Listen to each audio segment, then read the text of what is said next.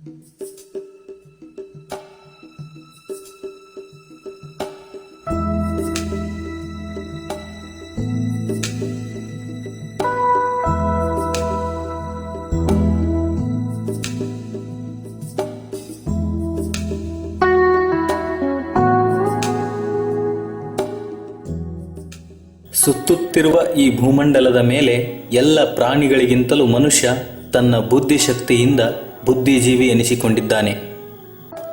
ತನ್ನ ಅಗಾಧ ಬುದ್ಧಿಶಕ್ತಿಯಿಂದ ಇಡೀ ಭೂಮಂಡಲವನ್ನೇ ತನ್ನ ಕೈಯಲ್ಲಿ ಹಿಡಿದುಕೊಂಡಿದ್ದಾನೆ.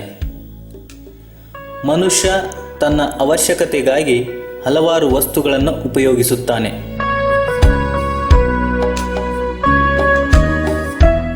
ಅವನು ತನ್ನ ಅವಶ್ಯಕತೆ ಪೂರೈಕೆಯಾದ ನಂತರ ತನಗೆ ಬೇಡವಾದ ವಸ್ತುಗಳನ್ನು ಎಲ್ಲಿ ಬೇಕಾದಲ್ಲಿ ಬಿಸಾಡುತ್ತಾನೆ.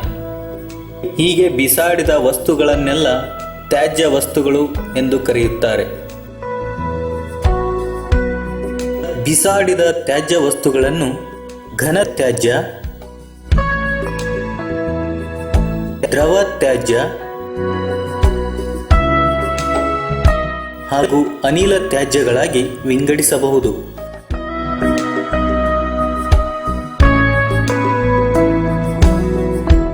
ನಾವು ದಿನನಿತ್ಯ ಸ್ನಾನ ಮಾಡಿದ ನೀರು, ಬಟ್ಟೆ ತೊಳೆದು ಉಳಿದ ನೀರು,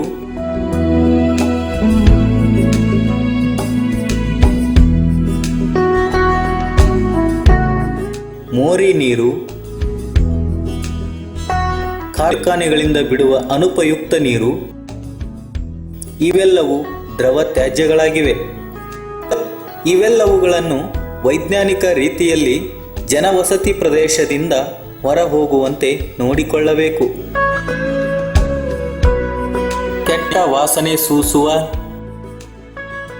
ಬೀಡಿ ಸೇದುವುದು, ವಾಹನಗಳ ಹೊಗೆ ಹಾಗೂ ಕಾರ್ಖಾನೆಗಳು ಬಿಡುವ ಹೊಗೆ ಇವೆಲ್ಲವೂ ಅನಿಲ ತ್ಯಾಜ್ಯಗಳಾಗಿವೆ. ಇವು ನೇರವಾಗಿ ಗಾಳಿಯಲ್ಲಿ ವಿಲೀನಗೊಂಡು ವಾತಾವರಣ ಸೇರುತ್ತವೆ.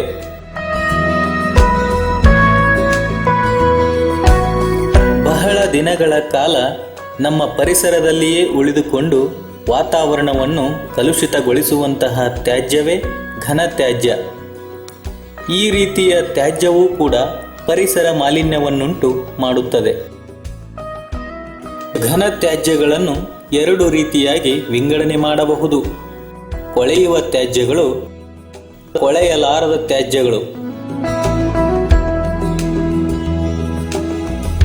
ಕೊಳೆಯುವ ತ್ಯಾಜ್ಯಗಳು ಕೆಲವು ದಿನಗಳಲ್ಲಿ ಕೊಳೆತು ಮಣ್ಣಿನಲ್ಲಿ ಬೆರೆತು ಹೋಗುತ್ತವೆ.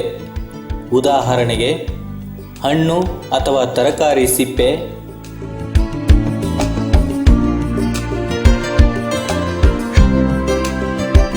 ತೆಂಗಿನ ಚಿಪ್ಪು, ಹಳೆ ಬಟ್ಟೆ, ಕಾಗದದ ಚೂರುಗಳು, ರಟ್ಟು, ಸಸ್ಯದ ಎಲೆಗಳು, ಸತ್ತ ಪ್ರಾಣಿಗಳು ಇತ್ಯಾದಿ. ಇವುಗಳನ್ನು ಸಾವಯವ ತ್ಯಾಜ್ಯಗಳು ಎಂದು ಕೂಡ ಕರೆಯುತ್ತಾರೆ. ಸಾವಯವ ತ್ಯಾಜ್ಯದಿಂದ ಉಂಟಾದ ಸಾವಯವ ಗೊಬ್ಬರವನ್ನು ಕೃಷಿಗಾಗಿ ಬಳಸಿಕೊಳ್ಳಬಹುದು. ಗಾಜಿನ ಚೂರು, ಪ್ಲಾಸ್ಟಿಕ್,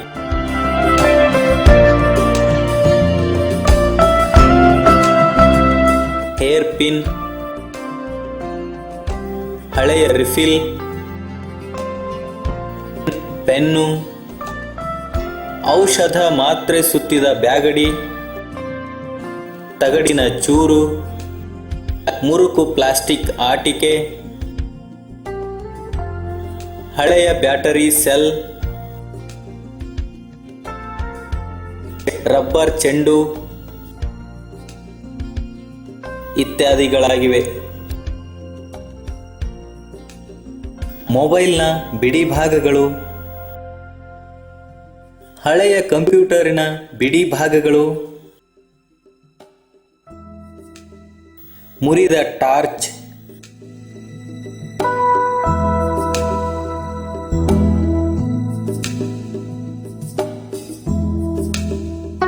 ಇತ್ಯಾದಿಗಳನ್ನು ಎಲೆಕ್ಟ್ರಾನಿಕ್ ತ್ಯಾಜ್ಯ ಎನ್ನುತ್ತಾರೆ.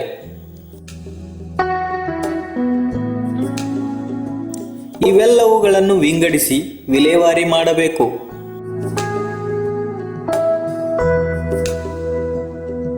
ಈ ರೀತಿಯ ಘನ ತ್ಯಾಜ್ಯ ವಸ್ತುಗಳನ್ನು ವಿಲೇವಾರಿ ಮಾಡುವುದು ನಮ್ಮೆಲ್ಲರ ಜವಾಬ್ದಾರಿ ಹಾಗೂ ಶ್ರೇಷ್ಠ ಕರ್ತವ್ಯ. ಅವು ಯಾರಿಗೂ ಯಾವ ಜೀವಿಗೂ ಅಪಾಯ ತರಬಾರದು. ಸರಿಯಾಗಿ ವಿಲೇವಾರಿ ಮಾಡಿದರೆ ಎಂತಹ ತಿಪ್ಪೆ ವಸ್ತುಗಳನ್ನು ಸಂಪತ್ತಾಗಿ ಪರಿವರ್ತಿಸಬಹುದು.